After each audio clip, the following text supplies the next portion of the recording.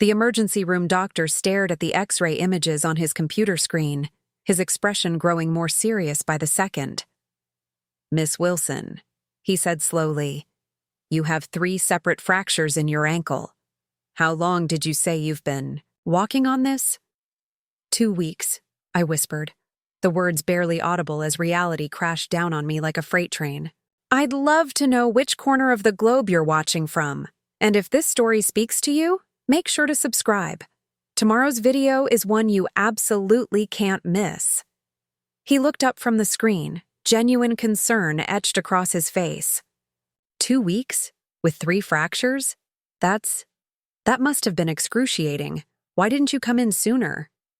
The question hung in the air like a loaded weapon. How do you explain to a stranger that the people who were supposed to care about you most had convinced you that your pain didn't matter? How do you put into words the crushing weight of being dismissed, ignored, and made to feel like a burden when you were genuinely suffering? It was a Tuesday evening in late September when everything changed. I remember because I had been looking forward to getting home after a particularly brutal shift at Morrison's Electronics, the retail store, where I'd been working part-time while finishing my nursing degree at Denver Community College. The autumn air in Colorado had that crisp bite to it that made you want to hurry inside, and I was practically jogging across the parking lot to my beat-up Honda Civic. The parking lot behind our apartment complex on Maple Street had been a problem for months. The landlord, Mr. Henderson, had been promising to fix the massive potholes and uneven asphalt since spring. But like most of his promises, it remained just words. Tenants had complained repeatedly about the hazardous conditions, especially after dark when the single flickering streetlight barely illuminated the worst sections. I had navigated that treacherous parking lot hundreds of times before, but that particular evening, my luck ran out. My phone had been buzzing insistently in my pocket, probably my roommate Jessica asking me to pick up milk on the way home. And I made the fatal mistake of trying to fish it out while walking. In that split second of distraction, my right foot found the edge of a pothole I hadn't seen coming. The fall happened in slow motion, the way traumatic moments often do. I felt my ankle twist at an unnatural angle as my foot disappeared into the hole, heard the sickening pop that would haunt my dreams for weeks to come, and then felt my entire body weight come crashing down. The pain was immediate and overwhelming, a white-hot explosion that shot up my leg and made me cry out into the empty night. For several minutes, I lay there on the cold asphalt, clutching my ankle and trying to process what had just happened. The pain was unlike anything I'd ever experienced, a deep, throbbing agony that seemed to pulse with every heartbeat. When I finally managed to look down at my foot, I could see it was already beginning to swell, and something about the angle looked fundamentally wrong. Getting to my car was a nightmare. I had to crawl part of the way, dragging my injured leg behind me, stopping every few feet as waves of nausea washed over me. By the time I managed to pull myself into the driver's seat, tears were streaming down my face, and I was genuinely questioning whether I could make it home safely. The drive back to the house where I lived with my family was only 15 minutes, but it felt like hours. Every bump in the road sent fresh shock waves of pain through my ankle, and I found myself gripping the steering wheel so tightly that my knuckles turned white. I had to pull over twice just to collect myself and fight back the waves of dizziness that kept threatening to overwhelm me. When I finally limped through the front door of our modest 2-story home, my father, Robert Wilson, was in his usual spot on the living room couch, watching ESPN with a beer in his hand. Dad had always been a no-nonsense kind of man, a former construction worker who believed that most of life's problems could be solved with hard work and determination. At 52, he still carried himself with the swagger of someone who had never met a challenge he couldn't overcome through sheer willpower. "Dad?" I gasped, hobbling into the room with one hand pressed against the wall for support. "I think I really hurt my ankle. I fell in the parking lot at work, and something's definitely wrong." He barely looked up from the television screen, where highlights from a football game were playing. "You probably just twisted it a little," he said dismissively. taking another sip of his Coors Light. "Put some ice on it and walk it off. You'll be fine by morning." The casual dismissal hit me almost as hard as the physical pain. This was my father, the man who was supposed to protect me and take care of me, and he couldn't even be bothered to look at my injury. But I pressed on, hoping that if I could make him understand the severity of the situation, he would take me seriously. "Dad, I really think this is more than just a twist," I insisted, my voice cracking with desperation. "I heard something pop when I fell, and I can barely put any weight on it. Look at how swollen it is already." Finally, he turned his attention away from the TV, but his expression was one of annoyance rather than concern. "Stephanie, you're 23 years old. You don't need to come running to Daddy every time you get a little bump or bruise. Toughen up a little, would you?" His words stung worse than the physical pain. I stood there in the doorway, balancing on one foot and fighting back tears, while my own father acted like I was being dramatic about something that felt genuinely serious. The dismissal was so complete, so final, that I found myself questioning my own perception of the situation. Maybe I was overreacting. Maybe it really was just a minor injury that would heal on its own. My mother, Linda Wilson, emerged from the kitchen where she had been preparing dinner, wiping her hands on a dish towel. Mom had always been the more nurturing parent, the one who kissed scraped knees and stayed up all night when we were sick as children. I felt a surge of hope that she would see what Dad was missing, that this was something that needed medical attention. "What's all the commotion about?" she asked, though her tone suggested she was more irritated by the interruption to her evening routine than genuinely concerned about my welfare.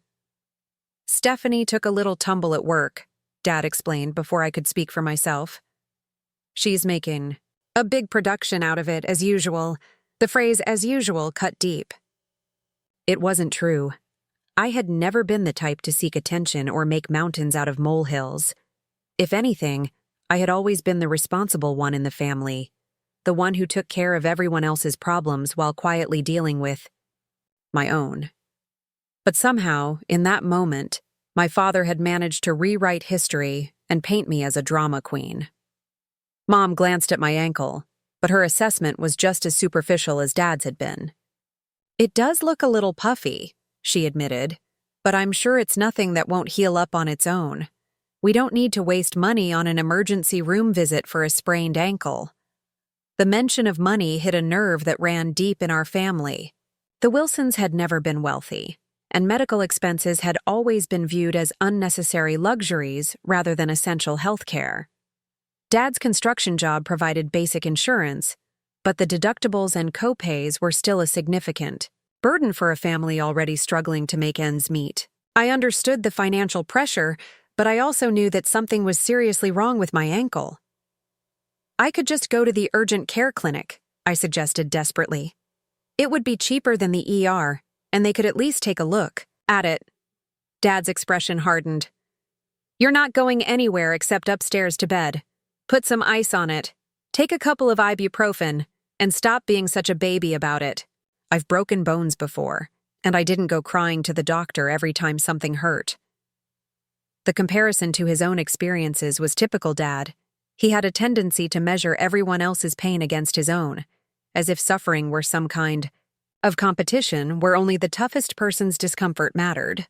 It was a worldview that left no room for vulnerability or the possibility that different people might have different pain tolerances or healing needs. My younger brother Marcus, who was 19 and home from his first semester at Colorado State University, had been listening to the conversation from the top of the stairs. Unlike our parents, he seemed genuinely concerned about my condition, and he came down to get a closer look at my ankle. "Steph, that looks pretty bad," he said quietly, crouching down to examine my foot. "Are you sure you don't want to get it checked out?" For a brief moment, I felt validated. Someone in my family was actually seeing what I was seeing. But before I could respond, Dad's voice boomed across the room with an authority that brooked no argument. "Marcus, don't encourage your sister's dramatics. "She's fine. This conversation is over." And just like that, it was. The family had spoken, the verdict had been rendered, and I was left to deal with my injury alone. As I hobbled upstairs to my bedroom, each step sending fresh waves of agony through my ankle, I couldn't shake the feeling that something fundamental had shifted in my relationship with my family. The people who were supposed to care about me most had looked at my pain and decided it wasn't worth their time or attention. That night, as I lay in bed with a bag of frozen peas pressed against my swollen ankle, I stared at the ceiling and wondered if I was losing my mind. The pain was constant and severe, making it impossible to find a comfortable position or get any real sleep. Every time I moved, even slightly, it felt like someone was driving a red-hot nail through my joint.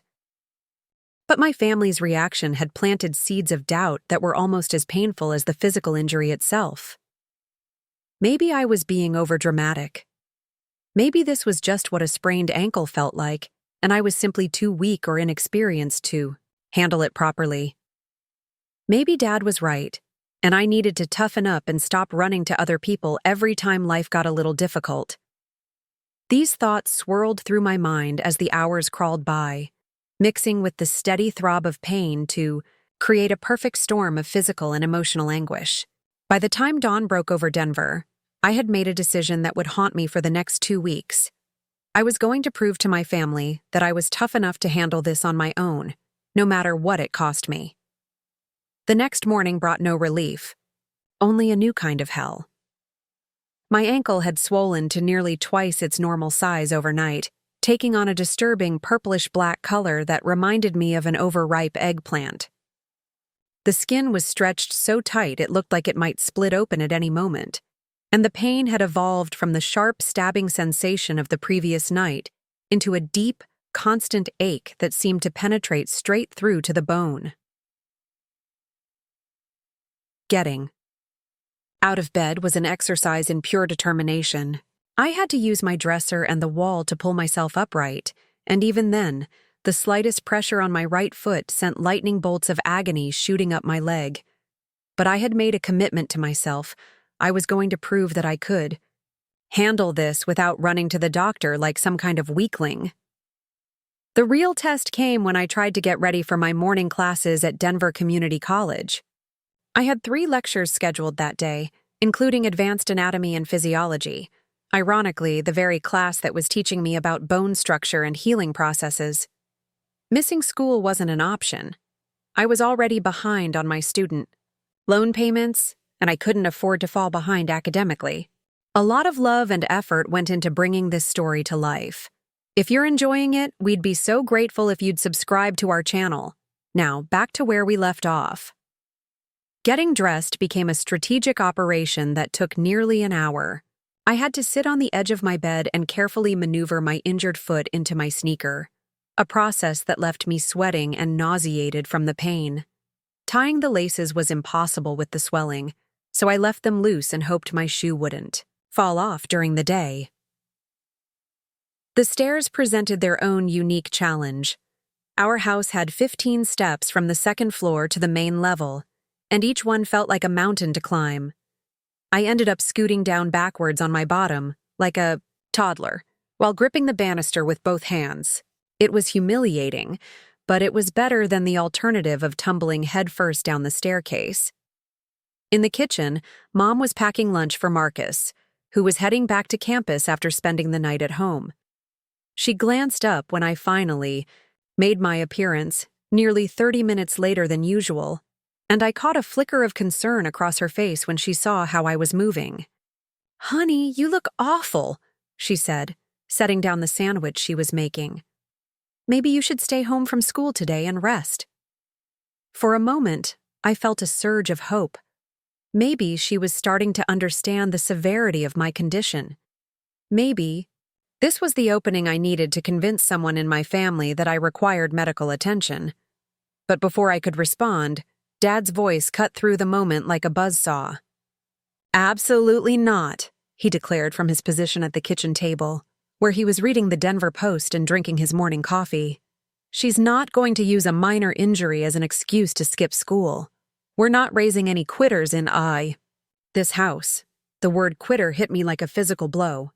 In Dad's vocabulary, there was no worse label you could apply to someone. It was the ultimate insult, reserved for people who gave up when things got tough, who took the easy way out instead of pushing through adversity. Being called a quitter was essentially being told you had no character, no backbone, no worth as a human being. "Robert, look at her ankle," Mom said, making a tentative attempt to advocate for me. "It's really quite swollen." Dad barely glanced in my direction before dismissing her concerns with a wave of his hand. "It's supposed to swell. That's how the body heals itself. She'll be fine once she gets moving and works the stiffness out." His confidence in his own medical expertise was staggering, especially considering his complete lack of any healthcare training. But Dad had always possessed an unwavering belief in his own opinions, particularly when it came to matters of toughness and resilience. In his worldview, the human body was like a machine that could be fixed through willpower and determination alone. The drive to school was a nightmare that nearly convinced me to turn around and go home. My right foot was essentially useless for driving, so I had to rely entirely on my left foot for both the gas and brake pedals. This made for jerky, unpredictable driving that earned me several angry honks from other motorists on Colfax Avenue. But the physical challenges of getting to school were nothing compared to the actual experience of trying to navigate campus with a severely injured ankle. Denver Community College was spread across several buildings connected by outdoor walkways, and my first class was on the third floor of the science building. Naturally, the one building on campus without a working elevator. By the time I reached my advanced anatomy classroom, I was drenched in sweat despite the cool October morning, and my face must have been pale as a ghost. Several of my classmates noticed my obvious distress and offered to help, but I declined their assistance with what I hoped was a convincing smile.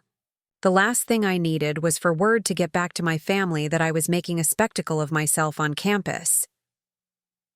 Professor Martinez, a former emergency room nurse who had transitioned into teaching, was in the middle of a lecture about fracture types when I limped through the door 15 minutes late. She paused mid-sentence and looked at me with obvious concern. "Miss Wilson, are you all right? You look like you're in considerable pain." The irony of the situation wasn't lost on me. Here I was, sitting in a class about bone injuries while suffering from what I was increasingly convinced was exactly that kind of injury. But admitting weakness in front of my peers felt impossible, especially when I could practically hear Dad's voice in my head calling me a quitter. "I'm fine, Professor Martinez," I lied through gritted teeth. "Just a minor ankle sprain. Nothing serious." She didn't look convinced, but she continued with her lecture. As fate would have it, the topic for that day was ankle fractures and the importance of immediate medical intervention. Professor Martinez showed X-ray images of various types of ankle breaks, explaining how untreated fractures could lead to permanent damage, chronic pain, and long-term mobility issues. "The most important thing to remember," she emphasized, clicking to a slide showing a severely displaced fracture, "is that ankle injuries should never be ignored or dismissed as minor. The ankle joint is incredibly complex, with multiple bones, ligaments, and tendons working together. Even what appears to be a simple sprain can mask serious underlying damage." Every word felt like it was being directed specifically at me. I found myself staring at the X-ray images on the projection screen, comparing them to what I imagined might be happening inside my own ankle. The similarities were unsettling, to say the least. During the break between lectures, my friend and study partner Ashley Chen approached me with genuine concern written all over her face. Ashley was one of those naturally empathetic people who seemed to have a sixth sense for when others were suffering, and she had clearly picked up on my distress. "Stephanie, what happened to your ankle?" "You can barely walk," she said, her voice filled with the kind of caring that I desperately wished I was hearing from my own family. "It's nothing serious," I replied automatically, the lie feeling more hollow each time I repeated it. Just took a little tumble in a parking lot. It'll be fine in a day or two. Ashley wasn't buying it for a second. Have you seen a doctor? That swelling doesn't look normal at all. The question hung in the air between us, and for a moment I considered telling her the truth. About the fall, about the pain, about my family's dismissive reaction. But admitting that my own parents didn't think my injury was worth medical attention felt like acknowledging some fundamental failure on my part. I don't need a doctor for a sprained ankle, I said instead, forcing what I hoped was a confident smile. I'm tougher than I look. The rest of the school day passed in a haze of pain and determination. I managed to make it through my Psychology of Human Development class, though I spent most of the lecture period trying to find a position that didn't put pressure on my ankle. My final class, Pharmacology, was mercifully held in a ground floor classroom, but by the time it ended, I was running purely on adrenaline and stubbornness. The walk back to my car felt like an epic journey across a hostile landscape. Every step was a conscious decision to keep going, to not give in to the weakness that Dad had warned me about. Other students passed by, most of them too absorbed in their own lives to notice my struggle. But occasionally, someone would ask if I needed help or if I was okay. Each time I gave them the same response, just a minor sprain, I'll be fine. The drive home was even more treacherous than the morning commute. The pain in my ankle had intensified throughout the day, and I was starting to experience moments of dizziness that made me question whether I should be behind the wheel of a car. But the alternative, calling my family for help, was unthinkable. When I finally made it home, Dad was in the garage working on his truck, and Mom was in the living room folding laundry. Neither of them asked about my day or showed any interest in how I was feeling. It was as if the previous night's conversation had never happened, as if my injury had been filed away in some mental category labeled resolved. That evening, as I sat in my bedroom with my ankle propped up on pillows and wrapped in ice, I began to seriously question my decision to tough this out alone. The pain was getting worse rather than better, and the swelling seemed to be spreading up my leg. But every time I considered approaching my parents about seeking medical attention, I could hear Dad's voice calling me a quitter, a drama queen, someone who couldn't handle life's minor bumps and bruises. The internal conflict was almost as exhausting as the physical pain. Part of me knew, with the clinical certainty of my nursing education, that something was seriously wrong. But another, part of me, the part that had been shaped by years of family dynamics and expectations, insisted that I was being weak and overdramatic. As I lay in bed that second night, staring at the ceiling and listening to the sound of my family going about their normal routines downstairs, I made a decision that would define the next 2 weeks of my life. I was going to prove once and for all that I was tough enough to handle whatever life threw at me, even if it killed me. By the 4th day, my ankle had transformed into something that barely resembled a human body part. The swelling had spread from my foot all the way up to mid-calf, creating a grotesque, shapeless mass that looked more like an inflated balloon than a leg.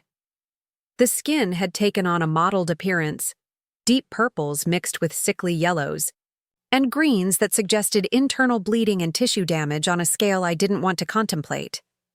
But I had committed to this path of proving my toughness, and Thursday meant returning to my part-time job at Morrison's Electronics. The retail store was located in a busy shopping plaza on the south side of Denver, and my shift manager, Carol Henderson, had already called twice asking if I was planning to show up for my scheduled hours.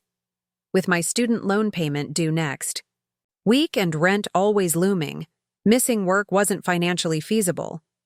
Getting dressed for work required strategic planning that would have impressed a military tactician. I had given up on normal shoes entirely. Even my loosest sneakers couldn't accommodate the massive swelling. Instead, I had to wear one of Dad's old work boots on my injured foot, leaving the laces completely undone and stuffing the extra space with socks to prevent my foot from sliding around inside. The drive to Morrison's became an exercise in creative problem-solving. I had fashioned a makeshift driving setup using a small pillow to elevate my right foot and a wooden ruler taped to my shoe to help me reach the pedals. It was dangerous, uncomfortable, and probably illegal, but it was the only way I could maintain my independence and continue working. Morrison's Electronics was one of those big box stores that seemed designed to torture anyone with mobility issues. The employee parking was located at the far end of the lot, requiring a trek across what felt like miles of asphalt. The store itself was massive, with wide aisles that stretched from the front entrance all the way to the storage areas in the back. On a normal day, employees could easily walk 5 or 6 miles during a single shift, moving between the sales floor, stockroom, and customer service areas. Carol was waiting for me when I finally limped through the employee entrance, nearly 20 minutes late and already exhausted from the journey. Carol was a woman in her early 40s who had worked her way up from cashier to shift manager through sheer determination and an encyclopedic knowledge of consumer electronics. She prided herself on running a tight ship and had little patience for excuses or what she perceived as laziness. "Wilson, you look like hell," she said bluntly, looking me up and down with undisguised concern. "What happened to your leg?" "Minor ankle sprain," I replied, using the same lie that had become my default response. "I'll be fine. Just need to take it easy today." Carol's expression suggested she wasn't entirely convinced, but the store was already busy with early morning customers and she needed all hands on deck. "All right, but I'm putting you on register duty instead of floor coverage. You won't have to do as much walking that way." I felt a wave of gratitude toward Carol that was almost overwhelming. Here was someone who barely knew me, yet she was showing more practical concern for my well-being than my own family had managed to muster. The kindness was so unexpected that I had to blink back tears as I made my way to the checkout area. Register duty at Morrison's was typically considered the easy assignment. You stood in one place, scanned items, processed payments, and occasionally dealt with customer complaints. But what I hadn't anticipated was how difficult it would be to stand on my injured ankle for hours at a time. The concrete floors offered no cushioning, and the anti-fatigue mats provided to employees were worn, thin from years of use. Within the first hour, waves of nausea were washing over me with increasing frequency. The constant pressure on my ankle was creating a feedback loop of pain that seemed to intensify with each passing minute. I found myself gripping the counter with white knuckles, using it as much for support as for balance. My first real test came when a customer approached with a cart full of computer equipment, monitors, towers, keyboards, and accessories that needed to be carefully handled and properly bagged. Under normal circumstances, this would have been a routine transaction. But reaching across the counter to scan heavy items while balancing on one foot turned into a precarious balancing act. "Excuse me, miss, are you all right?" asked the customer, a middle-aged man in a business suit who was watching my struggle with obvious concern. "You look like you're in a lot of pain."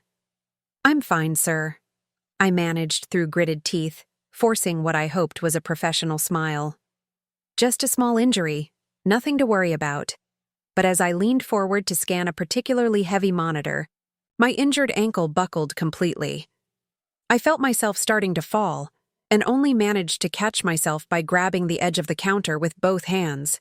The movement sent such an intense wave of pain through my leg that I actually cried out, a sharp gasp that I couldn't suppress. The customer's concern immediately shifted into alarm. "That's not fine at all. You need to sit down. Should I call someone?"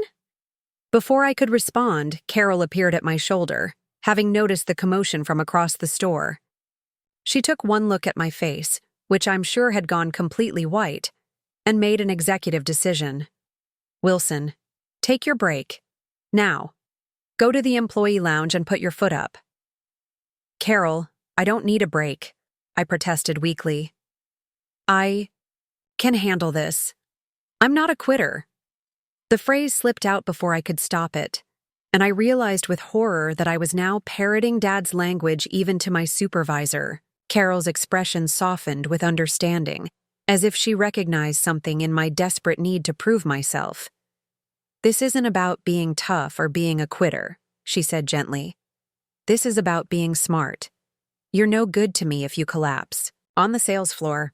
Go rest for 15 minutes and that's an order."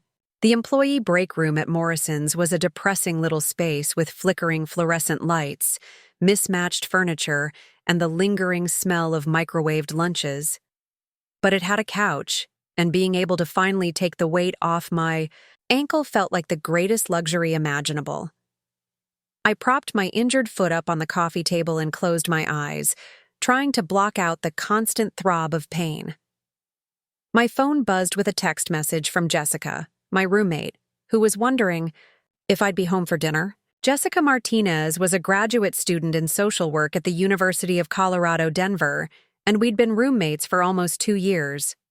She was one of those naturally intuitive people who could sense when something was wrong, and I'd been working hard to keep my injury hidden from her as well. "Working late tonight," I texted back. "Don't wait up." It wasn't entirely a lie. I did have to work late to make up for the extra breaks I was taking. But the real reason I didn't want to go home was that I was becoming increasingly afraid of what Jessica might say if she saw the current state of my ankle. Her social work training had taught her to recognize signs of neglect and abuse, and I wasn't sure I could handle having someone else question my family's response to my injury. When I returned to my register after the break, the pain had subsided, from excruciating to merely unbearable. I made it through the next few hours by developing a system of shifting my weight from foot to foot, leaning heavily on the counter, and taking micro breaks whenever possible. Several more customers commented on my obvious distress, but I had perfected my response by now. Minor sprain, healing nicely, nothing to worry about. The real crisis came during the afternoon rush, when a particularly demanding customer decided that none of the laptop computers on display met his specifications. He insisted that I personally walk him through the entire electronics section, comparing features and prices on dozens of different models. Under normal circumstances, this would have been a routine part of customer service. But in my current condition, it felt like being asked to run a marathon. "I'm sorry, sir, but I'm currently assigned to register duty," I explained, hoping to avoid the lengthy trek around the store. "Let me call someone from our computer department to assist you." The customer's face flushed red with indignation. "I don't want to talk to someone else. I want to talk to you. Is customer service not important to this store?" The implied threat was clear. If I didn't provide the service he wanted, he would complain to management. Complaints to management meant negative marks on my employment record, which could jeopardize my job. And losing my job would mean losing my ability to pay for school, rent, and basic necessities. So I abandoned my register and embarked on what felt like an epic journey across the store, explaining laptop specifications while fighting back waves of dizziness and nausea. Every step was agony, but I forced myself to maintain a professional demeanor and provide knowledgeable answers to his endless questions. By the time we reached the high-end gaming laptops in the back corner of the store, I was starting to see spots in my vision. The pain had evolved beyond anything I had previously experienced, becoming a living thing that seemed to consume every aspect of my consciousness. I found myself leaning heavily on the display cases, using them for support while pretending to examine product features. "This one looks promising," the customer said, pointing to a laptop on the top shelf. "Can you get it down so I can see it better?" The laptop he wanted was easily 6 feet off the ground, requiring me to stretch up on my tiptoes to reach it. Under normal circumstances, this would have been challenging, but manageable. In my current condition, it was like asking me to perform an Olympic gymnastics routine. I reached up, balanced precariously on my injured ankle, and managed to grasp the laptop box. But as I tried to lift it down, my ankle gave out completely. I felt myself falling backward, the laptop box slipping from my hands, and for a terrifying moment, I was certain I was going to crash to the ground and potentially injure myself even more severely.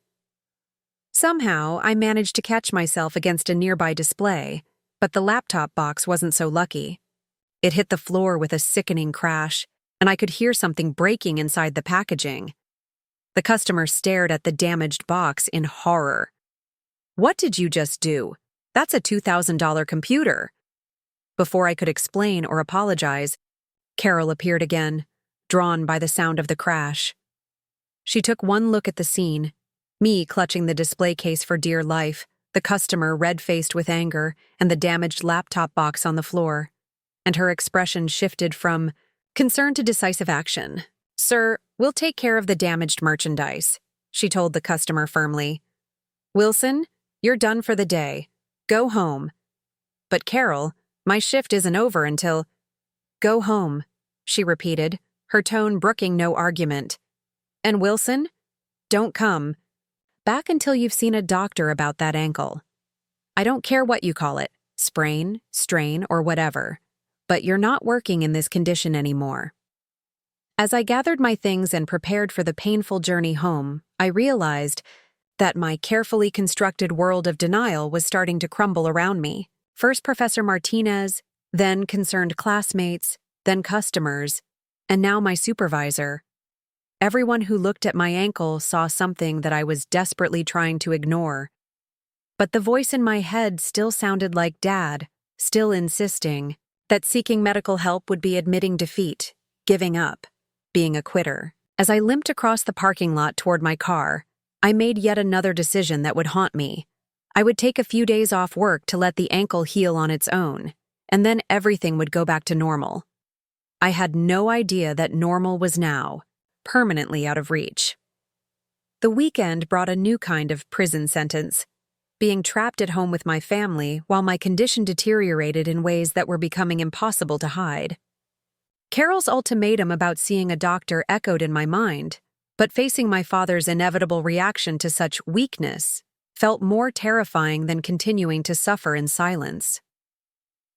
Saturday morning arrived with the kind of crisp October sunshine that normally would have sent me outside for a run or a hike in the nearby Rockies. Instead, I found myself essentially housebound, unable to navigate the stairs without crawling, and dependent on a makeshift system of crutches I'd fashioned from a pair of old wooden canes I'd found in the basement.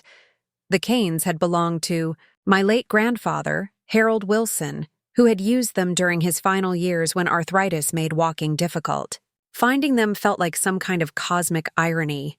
Here I was, a healthy 23-year-old, reduced to using mobility aids that my 80-year-old grandfather had needed. But they were better than nothing, even if they were poorly fitted, for my height and created pressure sores on my hands within hours of use. My attempts to conceal the severity of my condition from Jessica became increasingly elaborate and exhausting. She had returned from a weekend trip to visit her sister in Colorado Springs and immediately noticed that something was different about my behavior.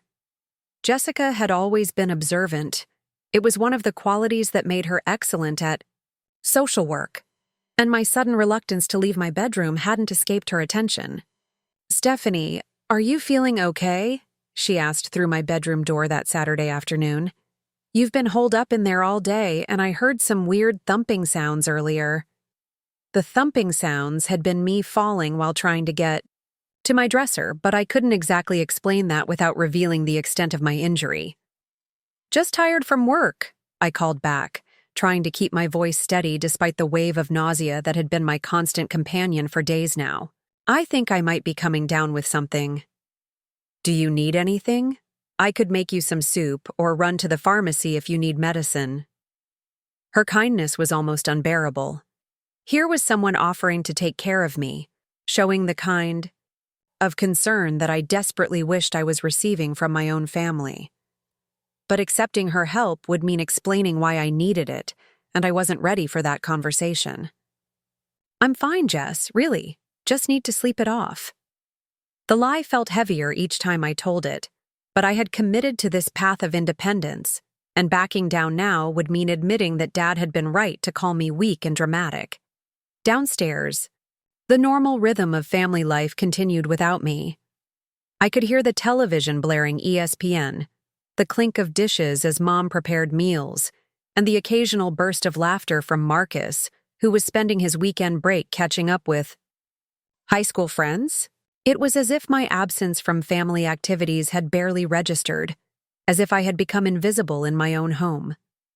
The isolation was particularly painful during mealtimes. The smell of Mom's cooking would drift up to my room. Saturday's pot, roast, Sunday's pancakes, but navigating the stairs to join the family for dinner felt insurmountable. Instead, I survived on the stash of granola bars and bottled water I kept in my room, telling myself that this was just temporary, that I would rejoin normal life as soon as my ankle healed, but my ankle wasn't healing. If anything, it was getting worse. The swelling had now spread well past my knee, creating a grotesque, shapeless mass that bore no resemblance to a human leg. The skin had taken on a waxy, translucent quality that was deeply disturbing, and I had begun to notice red streaks radiating upward from the injury site, something that my nursing education told me could indicate a serious infection.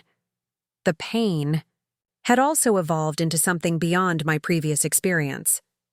It was no longer just localized to my ankle, but had become a full-body phenomenon that affected everything from my ability to concentrate to my capacity for basic hygiene. Sleep came in brief, fitful intervals interrupted by waves of agony that would leave me gasping and covered in cold sweat. By Sunday evening, I was beginning to experience moments of genuine delirium, the combination of constant pain, inadequate nutrition, and sleep deprivation was taking a toll on my cognitive function that was becoming impossible to ignore. I found myself losing track of time, forgetting what day it was, and occasionally hallucinating sounds or movements in my peripheral vision. It was during one of these episodes that Marcus finally confronted me directly.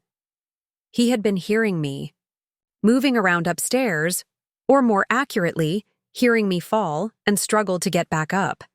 And his concern had finally overcome his reluctance to defy Dad's prohibition on encouraging my dramatics.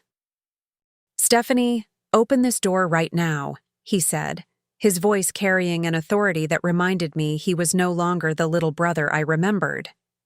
"I'm not leaving until I see what's going on with you."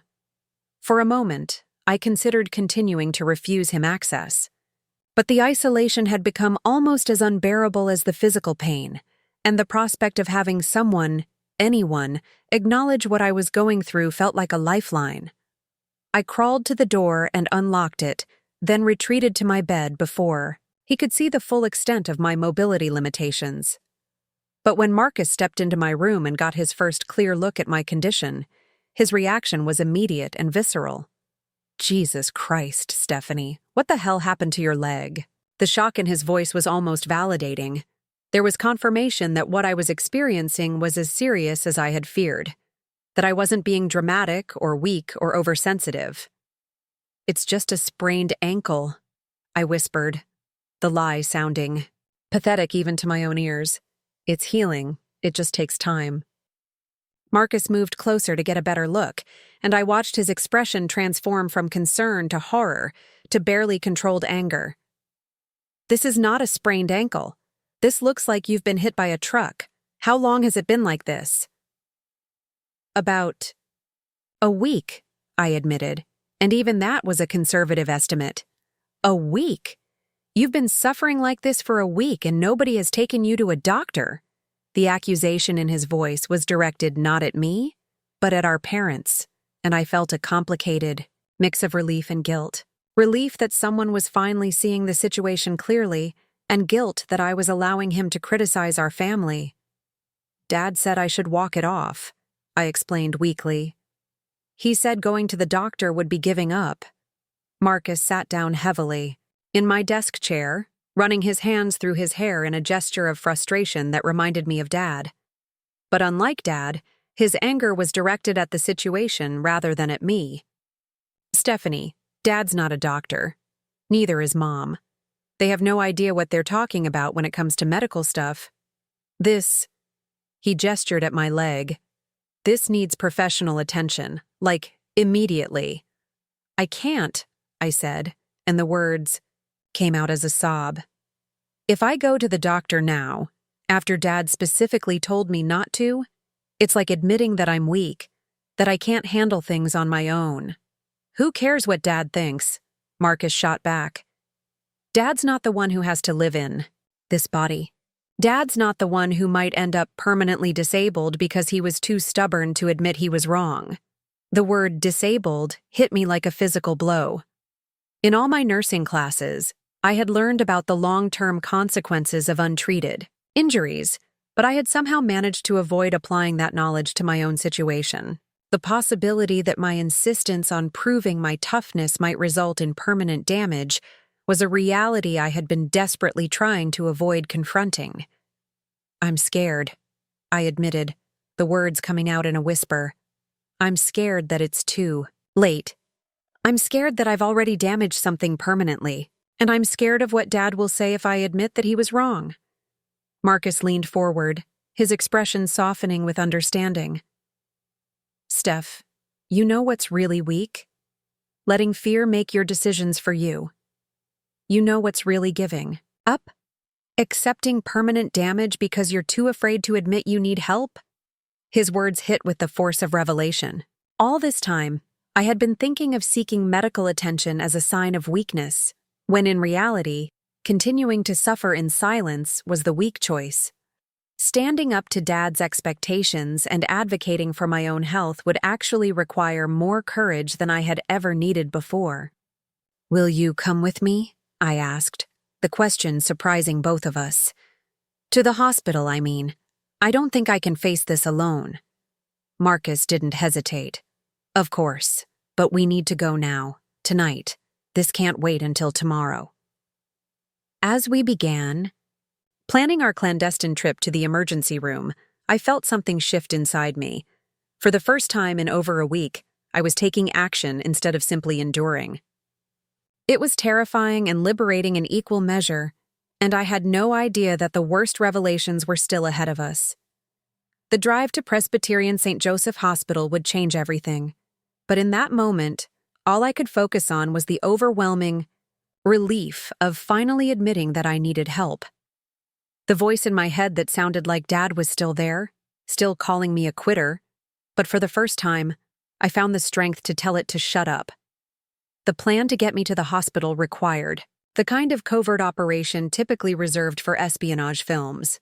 It was nearly 11 p.m. on Sunday night, and the house had finally settled into its usual evening quiet.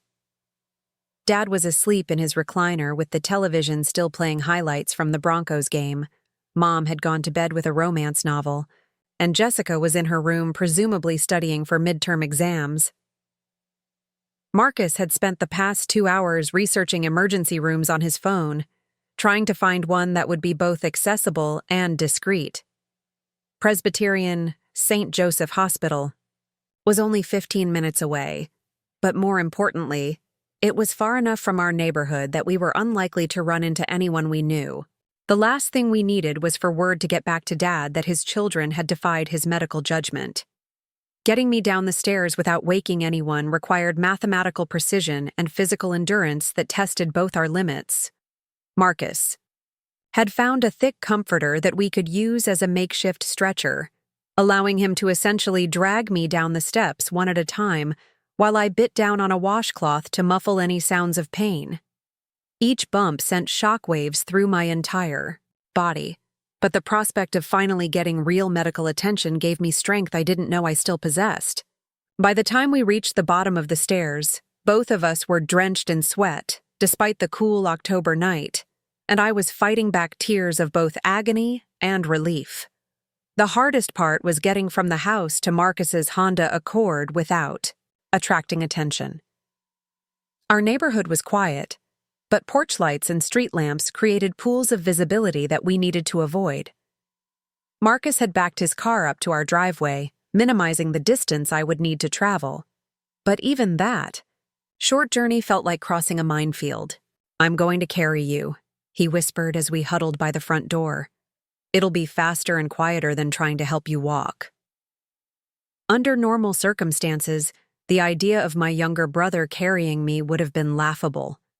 I was taller than him by several inches and had always prided myself on my independence. But desperation had stripped away most of my ego, and I was grateful for any solution that would get me medical help. Marcus was stronger than I had realized, probably from his freshman year of college athletics, but carrying a full-grown adult across a driveway still pushed him to his limits. I wrapped my arms around his neck and tried to make myself as light as possible, while he struggled to maintain balance on the uneven pavement. The irony wasn't lost on me that this was essentially the opposite of Dad's walk-it-off philosophy. Here I was, being literally carried to get help. The drive to the hospital was surreal in its contrast to my previous solo trips. For over a week, I had been isolated with my pain, convinced that I was experiencing something that nobody else could understand or validate. But having Marcus in the driver's seat, occasionally glancing over at me with genuine concern, made me realize how starved I had been for basic human compassion. "You know this isn't your fault, right?" he said as we pulled into the hospital parking lot. "I mean, the injury was an accident, but everything that happened after, that's on Mom and Dad, not you." The statement hung between us like a revelation. For 10 days, I had been carrying the weight of guilt along with the physical pain, convinced that my suffering was somehow a personal failing. The idea that my family might bear responsibility for my deteriorating condition was something I had been afraid to even consider. Presbyterian St. Joseph's emergency room at midnight on a Sunday was a study in controlled chaos. The waiting area was populated with the usual mix of genuine emergencies and people who probably could have waited until morning. Crying children with fevers, adults nursing obviously broken bones, and a few individuals who appeared to be dealing with mental health crises. The triage nurse who first assessed my condition was a woman in her 50s named Janet Rodriguez, whose expression shifted from routine professionalism to alarmed concern the moment she saw my ankle. She had the kind of clinical competence that came from decades of emergency medicine, and her reaction told me everything I needed to know about the severity of my situation. "How long ago did this injury occur?" she asked, her voice carefully neutral as she made notes on her clipboard. "About 10 days, I admitted, watching her eyebrows rise incrementally with each word. 10 days? She repeated. "And you're just seeking treatment now?"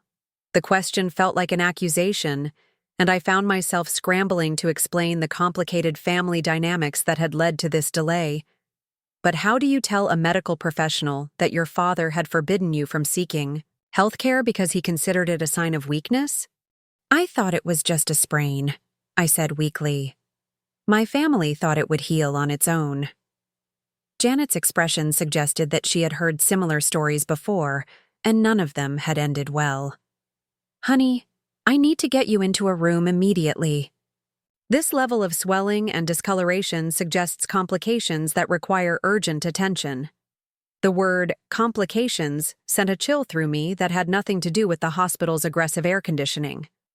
In my nursing classes, complications were the things that turned minor injuries into major medical disasters. They were what happened when people ignored warning signs, delayed treatment, or made poor decisions about their health care.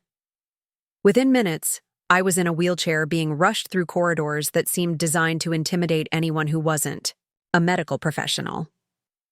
Marcus jogged alongside, trying to keep up while holding both our phones and my makeshift crutches. The speed of our movement suggested an urgency that made my stomach clench with fear. The examination room was stark and clinical, with the kind of harsh fluorescent lighting that made everyone look like a corpse. As Janet helped transfer me from the wheelchair to the examination table, the full extent of my condition became visible under the unforgiving hospital lights. What I had been trying to hide for over a week was now completely exposed to professional scrutiny. "Dr. Williams will be with you in just a moment," Janet said, her voice carrying the kind of forced optimism that healthcare workers use when they're trying not to alarm patients. "He's going to want to order some imaging studies right away." The phrase imaging studies meant X-rays, and X-rays would reveal whatever damage I had been doing to my ankle by continuing to walk on it for 10 days. For the first time since this whole ordeal began, I was going to get definitive answers about what was wrong with me. The prospect was simultaneously terrifying and liberating. Dr. Michael Williams arrived 15 minutes later, and his reaction to my condition was even more pronounced than the nurses had been. He was a man in his early 40s with graying temples and the kind of confident bearing that suggested extensive emergency medicine experience. But when he saw my ankle, his professional composure cracked just enough for me to see genuine alarm in his eyes. "Miss Wilson, I'm Dr. Williams. Can you tell me exactly what happened when you initially injured your ankle?" I recounted the parking lot fall, the immediate pain, and the sound of something popping inside my joint. Dr. Williams listened without interruption, occasionally nodding or making notes, but his expression grew increasingly serious as my story progressed. "And after the initial injury, how much weight have you been bearing on this ankle?" "I've been walking on it," I admitted. "Going to school, working retail shifts, normal activities. My family said I should walk it off." Dr. Williams set down his pen and looked directly at me, his expression a mixture of professional concern and barely controlled frustration. "Miss Wilson, I need you to understand something. Based on what I'm seeing here, you should not have been walking on this ankle at all. Not for 10 minutes, let alone 10 days. The words hit me like a physical blow. All the pain I had endured, all the struggle to prove my toughness, all the determination to avoid being seen as weak. It had all been not just unnecessary, but actively harmful. "We need to get X-rays immediately," Dr. Williams continued. "But I'm going to be honest with you. I'm very concerned about what we're going to find. The level of swelling and discoloration suggests that there may be significant bone damage, and the red streaking indicates a possible infection that could be serious." As the radiology technician prepared to wheel me down for X-rays, I caught Marcus's eye across the room. He looked as shaken as I felt, probably realizing that our midnight hospital run might be revealing damage that could have been prevented if we had acted sooner. The X-ray machine was a massive, intimidating piece of equipment that seemed designed to reveal secrets that bodies tried to keep hidden. As the technician positioned my ankle and warned me to hold perfectly still, I found myself holding my breath not just to avoid movement, but in anticipation of finally learning the truth about what I had done to myself. The images would tell a story that would change everything we thought we knew about my injury, my family's judgment, and the price of proving toughness at any cost. But at that moment, all I could do was wait for the machine to capture the evidence of 10 days' worth of damage that should never have been allowed to occur. The radiology department at Presbyterian St. Joseph Hospital felt like a sterile purgatory, where patients waited to learn their medical fate.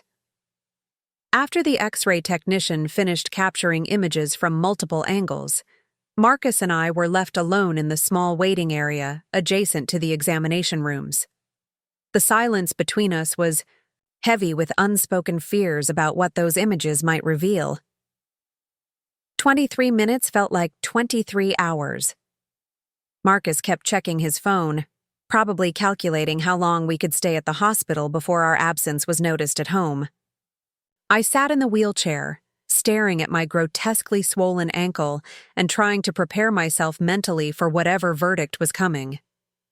The rational part of my brain, the part educated in anatomy and physiology, knew that 10 days of walking on a serious injury had likely caused significant damage, but the emotional part of me was still clinging to hope that maybe, somehow, it wasn't as bad as it looked. When Dr. Williams finally returned, he was carrying a tablet displaying my X-ray images, and his expression had shifted from concerned to grave. He pulled up a chair directly in front of me, the kind of positioning that healthcare providers use when they need to deliver serious news that requires their full attention and compassion. "Miss Wilson, I've reviewed your X-rays with our orthopedic consultant, and I need to share some very concerning findings with you." The formal tone in his voice made my stomach drop. This wasn't going to be a minor fracture that would heal with a few weeks in a cast. This was something much worse. Dr. Williams turned the tablet toward me, and for the first time, I saw the internal reality of what I had been putting my body through for the past 10 days. The X-ray images were shocking in their clarity, Stark black and white evidence of damage that was far more extensive than I had allowed myself to imagine. "You have 3 separate fractures in your ankle," he said, using a pen to point out the damage on the screen. "Here, here, and here. This is a complex injury that would have been serious even with immediate treatment. But walking on it for 10 days has created complications that we're going to need to address very carefully. 3 fractures." The words echoed in my mind like a death sentence. Not a sprain, not a minor injury that would heal with rest and ice, but 3 actual breaks in the bones that were supposed to support my entire body weight. I stared at the X-ray images, trying to process the visible evidence of my body's destruction. "The most concerning issue," Dr. Williams continued, "is that continued weight-bearing has caused displacement of the bone fragments. What might have been treatable with casting and immobilization now requires surgical intervention. Surgery." The word hit me like a physical blow. In my medical training, I had learned that ankle surgeries were complex procedures with long recovery times and potential complications. The idea that my stubborn insistence on proving my toughness had escalated a treatable injury into something requiring surgical repair was devastating. "Additionally," Dr. Williams said, his voice becoming even more serious, "the red streaking we observed suggests that you've developed a bone infection, osteomyelitis. This is a serious complication that occurs when bacteria enter fractured bone tissue. Left untreated, it can spread to other parts of your body and become life-threatening." Life-threatening. The phrase hung in the air between us like a loaded weapon. What had started as a simple fall in a parking lot had somehow evolved into a medical emergency that could potentially kill me. The irony was so complete it was almost laughable. In my determination to avoid appearing weak, I had nearly destroyed my ankle and potentially endangered my life. Marcus was staring at the X-ray images with an expression of horror that probably matched my own. How bad is the infection?" he asked, his voice barely above a whisper. "We'll need to run blood tests to determine the extent of systemic involvement," Dr. Williams replied. "But based on the visible symptoms and the duration of untreated fractures, I'm ordering immediate IV antibiotics and scheduling emergency surgery for tomorrow morning." Emergency surgery. The phrase felt surreal, like something that happened to other people in medical dramas, not something that could happen to me. But the X-ray evidence was undeniable. My ankle was a disaster that required immediate professional intervention. "Dr. Williams?" I said, finding my voice despite the shock. "If I had come in right after the injury happened, would surgery have been necessary?" His pause, before answering, told me everything I needed to know. "Probably not," he said carefully. "With immediate immobilization and proper treatment, these fractures likely would have healed without surgical intervention. The displacement and infection are both consequences of continued weight-bearing on untreated fractures." The weight of that revelation was crushing. Every step I had taken for the past 10 days, every painful journey to school and work, every moment of agony I had endured while trying to prove my toughness, all of it had been making my injury worse. The very thing I thought demonstrated strength had actually been an act of self-destruction. "I need to ask," Dr. Williams said gently, "why you waited so long to seek treatment. 10 days is an unusually long delay for an injury of this severity." The question I had been dreading finally arrived. "How do you explain to a medical professional that your family had convinced you that seeking health care was a sign of weakness? How do you admit that you had been so desperate to avoid being seen as a quitter that you had nearly crippled yourself?" "My family thought it was just a sprain," I said finally. "They said I should walk it off, that going to the doctor would be giving up." Dr. Williams's expression shifted to something that looked like barely controlled anger. "Miss Wilson, whoever told you to walk off 3 fractures gave you dangerously irresponsible advice. This kind of delay in treatment could have permanent consequences for your mobility and quality of life." The condemnation in his voice was gentle but unmistakable. My family's medical judgment hadn't just been wrong, it had been dangerously wrong, the kind of wrong that could result in permanent disability or worse. "What kind of permanent consequences?" Marcus asked, voicing the question I was too afraid to pose myself. Dr. Williams set down the tablet and looked directly at both of us. "Even with surgical repair, there may be long-term issues with joint mobility, chronic pain, and increased risk of arthritis. The infection complicates everything and may require extended antibiotic treatment. In worst-case scenarios, if the infection doesn't respond to treatment, we might be looking at partial amputation." Amputation. The word hit me like a lightning bolt, short-circuiting every rational thought in my head. The possibility that my determination to avoid appearing weak might result in losing part of my leg was so horrifically ironic that I couldn't process it. "We're not there yet," Dr. Williams said quickly, obviously seeing the panic in my expression. "But I want you to understand the seriousness of the situation. This is why we're moving aggressively with both surgery and antibiotic treatment." Dr. Williams left to arrange for my admission and prepare for surgery. Marcus and I sat in stunned silence. The magnitude of what we had learned was almost too large to comprehend. 3 fractures, bone infection, emergency surgery, possible amputation. None of this had been in our worst-case scenario planning. "We have to call Mom and Dad," Marcus said finally. "They need to know what's happening." The thought of facing our parents with this news filled me with dread that was almost worse than the physical pain. Dad's reaction to learning that his walk it off advice had nearly resulted in amputation was going to be devastating, not because he would feel guilty, but because he would find some way to blame me for not being tough enough to heal properly. "What if they're angry that we came here without permission?" I asked, voicing my deepest fear. Marcus looked at me with an expression of disbelief. "Stephanie, you almost lost your leg because of their advice. If they're angry about anything, it should be at themselves for not taking you seriously in the first place." But even as he said it, we both knew that wasn't how the conversation would go. Dad didn't admit mistakes, especially not mistakes that challenged his fundamental beliefs about toughness and self-reliance. Somehow, this would become my fault, for not healing fast enough, for not being strong enough to overcome 3 fractures through willpower alone. As the hospital staff prepared for my admission and emergency surgery, I realized that the X-ray images had revealed more than just bone damage. They had exposed the terrible cost of a family culture that valued appearing tough over actual health and safety. The 3 fractures in my ankle were just the visible evidence of a much deeper break in the foundation of trust and care that should have existed between my family and me. The surgery would repair my bones, and the antibiotics would fight the infection.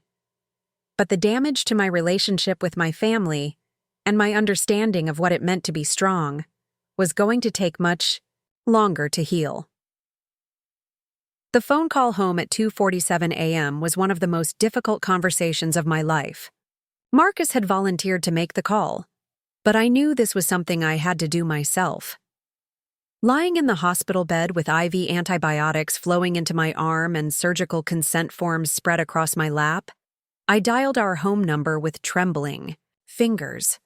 Dad answered on the 4th ring, his voice thick with sleep and immediately shifting to alarm when he heard it was me calling from a hospital. "Stephanie? What the hell is going on? Where are you?" "I'm at Presbyterian St. Joseph Hospital." "Dad, I need to tell you something about my ankle." The silence on the other end of the line stretched so long that I wondered if the connection had been lost. When Dad finally spoke, his voice carried a tone I had never heard before, something that sounded almost like fear. "Your ankle? The one you hurt last week? What about it?" "It wasn't a sprain, Dad. The X-rays show 3 fractures. I need emergency surgery in the morning, and I have a bone infection that the doctors say could have been life-threatening if I had waited any longer." Another long silence, followed by the sound of Mom's voice in the background asking what was wrong. I could hear Dad explaining the situation in muffled tones, then Mom's sharp intake of breath when she understood the severity of what had been happening under their own roof. 3 fractures? Dad's voice had changed completely, losing all its usual authority and confidence. But you were walking on it. You went to work, you went to school. How could you have 3 broken bones and still be walking? The question revealed everything about how fundamentally he had misunderstood the situation. In Dad's worldview, serious injuries were incompatible with continued function. The idea that someone could have multiple fractures and still force themselves to walk was outside his frame of reference. The doctor said that walking on it for 10 days made everything worse, I explained, trying to keep my voice steady. He said if I had gotten treatment right away, I probably wouldn't have needed surgery. The accusation was implicit, but unmistakable. Dad's advice to walk it off hadn't just been wrong. It had been dangerously, catastrophically wrong. And now we all had to live with the consequences of that misjudgment. "We're coming to the hospital," Mom's voice came through the phone, having taken it from Dad. "Right now. Don't sign anything until we get there." Within an hour, my entire family had assembled in my hospital room, creating a scene that felt like a bizarre parody of a family gathering. Dad stood in the corner, staring at the X-ray images that Dr. Williams had left on the computer screen. Mom sat in the visitor's chair, alternating between fussing over my IV line and wringing her hands with nervous energy. Marcus positioned himself near the door, as if ready to flee if the conversation became too intense. But it was Jessica's presence that surprised me most. She had apparently heard the commotion of everyone leaving and had insisted on coming along, despite not being technically family. Her social work training had kicked in the moment she saw the X-rays, and she was asking the kinds of informed questions that my parents seemed incapable of formulating. "How long will the surgery take?" she asked Dr. Williams when he returned, to check on my preoperative preparation. "Approximately 3 to 4 hours, he replied. "We need to realign the displaced bone fragments, insert surgical hardware to stabilize the fractures, and debride any infected tissue. It's a complex procedure, but necessary to save the joint function." Dad finally found his voice. "Doctor, my daughter was walking on this ankle for over a week. If it was really broken, how was that possible?" Dr. Williams turned to face Dad directly, and I could see him choosing his words carefully. "Mr. Wilson, it's not uncommon for people to continue functioning with serious injuries, especially when they're motivated by fear, necessity, or external pressure to appear normal. Pain tolerance varies greatly between individuals, and adrenaline can mask the severity of injuries for extended periods."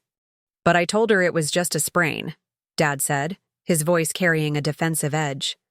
"She was moving around, going to work, acting like it wasn't that serious." "Based on what I'm seeing in these X-rays," Dr. Williams replied, his tone becoming noticeably cooler, "your daughter was in excruciating pain for the past 10 days. The fact that she continued with normal activities despite 3 fractures and a developing bone infection speaks to remarkable determination, and possibly to feeling like she had no other choice." The implied criticism in Dr. Williams' words was gentle but unmistakable. Dad's face flushed red, the way it always did when someone challenged his authority or judgment. But for once, he seemed at a loss for words, unable to mount his usual aggressive defense. Mom finally spoke up, her voice small and uncertain. "We didn't know. If we had known it was really broken, we would have brought her in right away." "Mrs. Wilson," Dr. Williams said carefully, "the signs of serious injury were apparent from the beginning. Severe swelling, obvious pain, inability to bear weight normally. These are all indicators that warrant immediate medical evaluation, regardless of what the underlying injury might be." The condemnation was diplomatically phrased, but its meaning was clear. Any reasonable person should have recognized that this injury required professional attention. My parents had failed in their most basic responsibility to ensure my health and safety. Jessica stepped forward, her social work instincts taking over. "Dr. Williams, what kind of support will Stephanie need during recovery? How long before she can return to normal activities?" Recovery will be extensive, he replied. 6 to 8 weeks in a cast, followed by several months of physical therapy. Even then, there may be permanent limitations in joint mobility and increased risk of future complications. The infection complicates everything and may require ongoing monitoring. The full scope of what my family's negligence had cost me was finally becoming clear. This wasn't just going to be a few weeks of inconvenience. This was going to affect the rest of my life. My career plans in nursing, my ability to stay physically active, my long-term health prospects, all of it had been compromised by 10 days of trying to prove I was tough enough to meet Dad's impossible standards. As Dr. Williams left to finalize surgical preparations, the family fell into an uncomfortable silence. Finally, Dad spoke, his voice carrying none of its usual confidence. "Stephanie, I didn't know it was this serious. If I had seen those x-rays." "But you didn't want to see x-rays," I interrupted, finding a strength in my voice that surprised everyone in the room, including myself. "You made the decision without any medical knowledge, without examining my ankle properly, without even considering that you might be wrong." Dad's face crumpled in a way I had never seen before. For the first time in my life, my father looked genuinely uncertain, genuinely fallible. "I thought I was teaching you to be strong. I thought. You thought being strong meant ignoring serious medical problems," I said, my voice growing stronger with each word. "You thought admitting I needed help was the same as giving up? But look where that got us." The confrontation felt like a dam bursting after years of accumulated pressure. All the times Dad had dismissed my concerns, all the moments when his rigid ideas about toughness had overridden basic compassion and common sense, all the ways his need to be right had endangered the people he claimed to love. "I almost lost my leg because you were more concerned with me not appearing weak than with me actually being healthy," I continued. "That's not strength, Dad. That's just pride and stubbornness." Marcus stepped forward, adding his voice to mine. "Dad, Stephanie could have died from that infection. The doctor said it could have spread to her bloodstream, all because you wouldn't let her see a doctor for what you decided was a minor injury."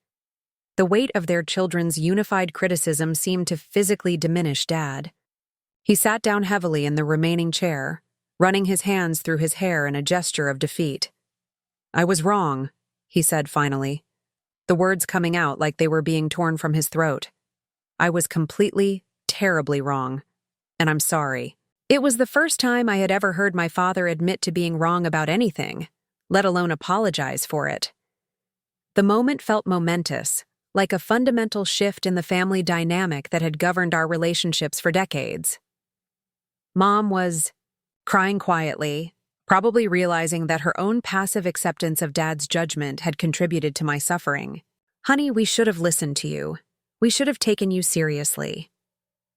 As the surgical team arrived to prepare me for the operating room, I felt something shift inside me that was more significant than any physical healing. For the first time in my life, I had stood up to my father's expectations and won. I had advocated for my own health and safety, even when it meant admitting that I needed help. The surgery would repair my ankle, and the antibiotics would fight the infection. But the real healing, the restoration of my ability to trust my own judgment and advocate for my own needs, had already begun. As they wheeled me toward the operating room, I looked back at my family gathered in the doorway. They looked smaller somehow, diminished by the realization of how close their stubborn pride had come to causing irreparable harm. But they also looked like they were finally ready to learn what real strength actually meant. The anesthesia mask descended over my face, and my last conscious thought was that sometimes the strongest thing you can do is admit you need help. And that lesson had nearly cost me everything to learn. Looking for more? We've got 2 amazing stories ready for you right on screen. If this one touched you, these are absolutely worth your time. Click to watch them now. And hey, subscribe and hit that bell to never miss our latest uploads.